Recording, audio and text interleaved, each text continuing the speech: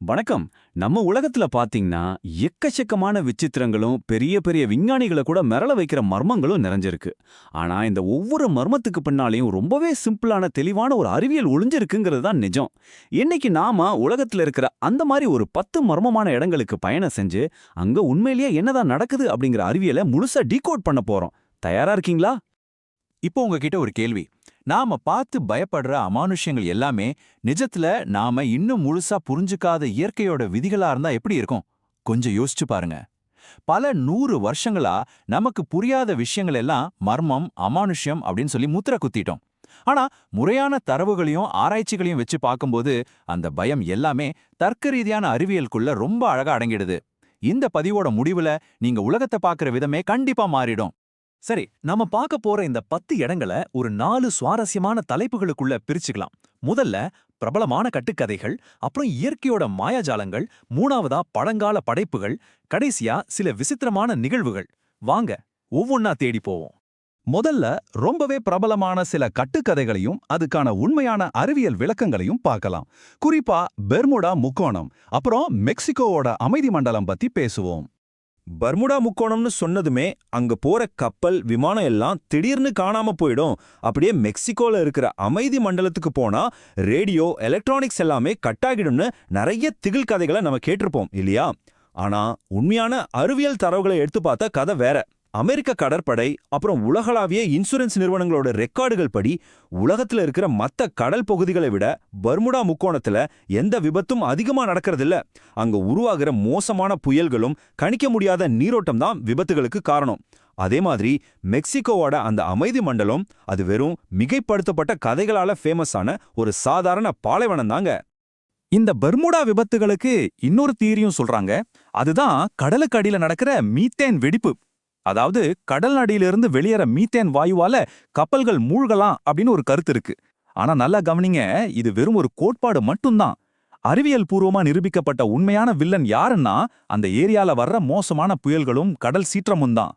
அடுத்து நம்ம லிஸ்ட்ல இயற்கையோட நம்ப முடியாத சில மாயாஜாலங்களை பத்தி பார்க்க போறோம். பிளட் ஃபால்ஸ், எட்டர்னல் ஃப்ளேம், அப்புறம் டெவில்ஸ் கெட்டில்.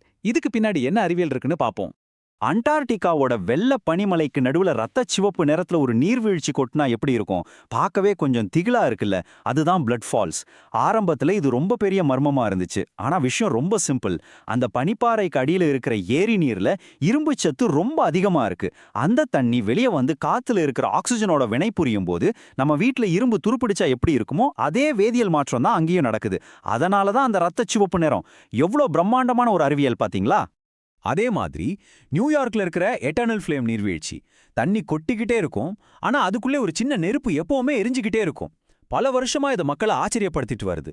இதுக்கு பின்னாடி ஏதோ மேஜிக் இருக்குன்னு நினைச்சா அதுதான் இல்ல. அந்த பாறைகளுக்கு அடியில இருந்து இயற்கையாவே மீத்தேன் வாயு கொஞ்சம் கொஞ்சமா லீக் ஆகிக்கிட்டே இருக்கு. யாரோ ஒருத்தர் எப்பவோ அந்த வாயுவுக்கு நெருப்பு வச்சிட்டாங்க, அவ்வளவுதான். வாயு வர வர நெருப்பு அணையாம எரிஞ்சுக்கிட்டே இருக்கு. இது முழுசா ஒரு தூய புவியியல் நிகழ்வு. இப்போ அமெரிக்காவோட மின்னசோட்டால இருக்கிற டெவில்ஸ் கெட்டில் பத்தி பார்க்கலாம். இங்க நதிநீர் ரெண்டா பிரிஞ்சு பாதி தண்ணி ஒரு பெரிய குழிக்குள்ள விழுந்து அப்படியே மர்மமா காணாம போயிடும். இந்த தண்ணி எங்க தான் போகுதுன்னு ரொம்ப வருஷமா யாருக்குமே தெரியல. ஃபைனலா 2016ல நீரியல் நிபுணர்கள் என்ன பண்ணாங்கன்னா ஒரு பிரத்யேகமான நிறச்சாயத்தை அந்த தண்ணியில கலந்தாங்க. என்னாச்சு தெரியுமா? நிலத்தடி வழியா பயணம் செஞ்சு மறுபடியும் அதே நதியில கொஞ்ச தூரம் கழிச்சு அந்த தண்ணி வந்து சேருதுன்னு அறிவியல் பூர்வமா நிரூபிச்சுட்டாங்க. சோ அந்த மர்மமும் தீர்ந்துடுச்சு. இந்த இடத்துல நாம ஒரு இன்ட்ரெஸ்டிங்கான விஷயத்தை பத்தி பார்க்க போறோம். அதாவது பழங்கால மனுஷங்க உருவாக்கின ஆச்சரியமூட்டும் படைப்புகள். பெருநாட்டுல இருக்கிற நாஸ்கா கோடுகளும் கோஸ்டாரிக்காவோட கல்கோளங்களும் இதுக்கு சிறந்த உதாரணம். இதோட காலக்கோட்டை கொஞ்சம் கவனிங்க.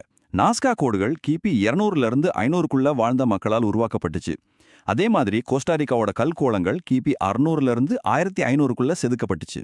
எந்த ஒரு நவீன தொழில்நுட்பமும் இல்லாத வெவ்வேறு காலகட்டங்கள்ல வெவ்வேறு கண்டங்கள்ல வாழ்ந்த மக்கள் இப்படி ஒரு பிரம்மாண்டமான விஷயங்களை விட்டுட்டு போயிருக்காங்கிறது நிஜமாவே சிலிர்க்க வைக்குது இல்லையா? இந்த 2 படைப்புகளுக்கும் இருக்கிற வித்தியாசங்களை பாருங்களேன். நாஸ்கா கோடுகள் நம்ம தரையிலிருந்து பார்த்தா வெறும் சாதாரண கோடு மாதிரி தான் தெரியும். ஆனா வானத்திலிருந்து பார்த்தா சிலந்தி, குரங்குன்னு பிரம்மாண்டமான உருவங்கள் ஆச்சரியப்படுத்தும். மேல இருக்கிற கருப்பு கற்களை எல்லாம் அகற்றி கீழே இருக்கிற வெளிர் நிற மண்ணை வெளியே தெரியற மாதிரி செஞ்சு இந்த கலையை உருவாக்கியிருக்காங்க.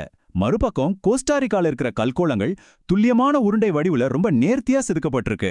இது அந்த காலத்துல வானியல் திசைகளை காட்டவோ இல்ல தங்களோட அதிகாரத்தின் அடையாளமாகவோ பயன்படுத்தியிருக்கலாம்னு தொல்லியல் துறை நம்புது. இது நமக்கு ரொம்ப தெளிவா ஒரு விஷயத்த புரிய வைக்குது. சரி வாங்க நம்மளோட கடைசி பகுதிக்கு போகலாம். அதாவது உலகத்துல நடக்கிற ரொம்பவே விசித்திரமான இயற்கை நிகழ்வுகள். நமீபியா பாலைவனத்துல பாத்தீங்கன்னா ஏதோ காம்பஸ் வச்சு வரைஞ்ச மாதிரி துல்லியமான வட்டமான இடைவெளிகள்ல செடிகளே இல்லாம வெறும் மணல் மட்டும் இருக்கும். இத ஃபேரி வட்டங்கள் அப்படின்னு சொல்லுவாங்க. ஏலியன்கள் வந்து இறங்கின இடமெல்லாம் கூட நிறைய வதந்திகள் கிளம்புச்சு.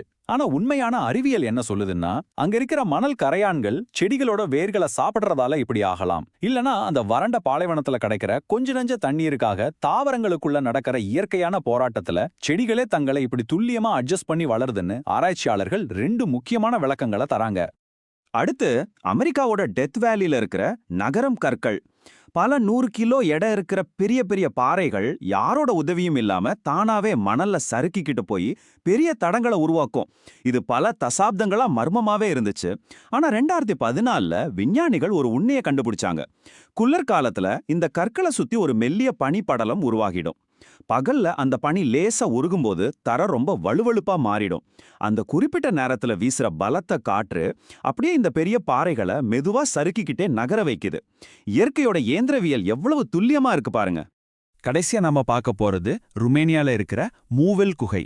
சுமார் 5 மில்லியன் வருஷங்களா வெளி உலகத்தோட எந்த ஒரு தொடர்பும் இல்லாம இருட்டுக்குள்ளேயே இருந்த ஒரு குகை இது. இங்க ஆக்சிஜன் ரொம்ப ரொம்ப கம்மி, சூரிய ஒளியே கிடையாது. இந்த மாதிரியான கடுமையான சூழ்நிலையில அங்க வாழும் உயிரினங்கள் பல மில்லியன் வருஷங்களா தங்களை தாங்களே மாத்திக்கிட்டு முற்றிலும் வித்தியாசமான உருவங்களோட பரிணாம வளர்ச்சி அடைஞ்சிருக்கு. ஒரு உயிரினம் தன்னை சுத்தி இருக்கிற சூழ்நிலைக்கு ஏத்த மாதிரி எப்படி தன்னை மாத்திக்கும் அப்படிங்கிறதுக்கு இதை விட ஒரு சிறந்த உதாரணம் இருக்கவே முடியாது. சோ நம்ம பதிவோட முடிவுக்கு வந்துட்டோம். மர்மங்கள் அப்படிங்கிறது நாம இன்னும் முழுசா புரிஞ்சுக்காத அறிவியல் மட்டுமே. பர்முடா முக்கோணத்துல ஆரம்பிச்சு டெத் வேலியோட நகரும் கற்கள் வரைக்கும் எல்லாமே இயற்கையோட விதிகளுக்கு உட்பட்டதுதான் அப்படிங்கிறத அறிவியல் தரவுகள் மூலமா இன்னைக்கு நாம தெரிஞ்சுக்கிட்டோம். இந்த மாதிரி இடங்களுக்கு பயணம் செய்வதும் அதை பத்தி படிப்பதும் நம்மளோட சிந்தனைய இன்னும் விரிவடைய செய்யுது. கடைசியா உங்ககிட்ட ஒரு கேள்வியை விட்டுட்டு போறேன். அடுத்த முறை நீங்க ஏதாவது ஒரு புது மர்மத்தை பத்தியோ இல்ல ஒரு திகில் கதையோ கேள்விப்படும்போது உடனே அந்த கட்டுக்கதைகளை நம்பிடுவீங்களா? இல்ல உங்க மனம் அதுக்கு பின்னாடி மறைஞ்சிருக்கிற அந்த தர்க்க ரீதியான அறிவியலை தேட ஆரம்பிக்குமா? கண்டிப்பா தேடும் நான் நம்புறேன். எப்பவுமே அறிவியலை தேடுங்க. உண்மைகள் நிச்சயமா உங்களை ஆச்சரியப்படுத்தும். இந்த அலசல் உங்களுக்கு ரொம்பவே பயனுள்ளதாகவும் சுவாரஸ்யமாகவும் இருந்திருக்கும்னு நினைக்கிறேன். மறுபடியும் இதே மாதிரி ஒரு சூப்பரான தகவல்களோட உங்களை சந்திக்கிறேன்.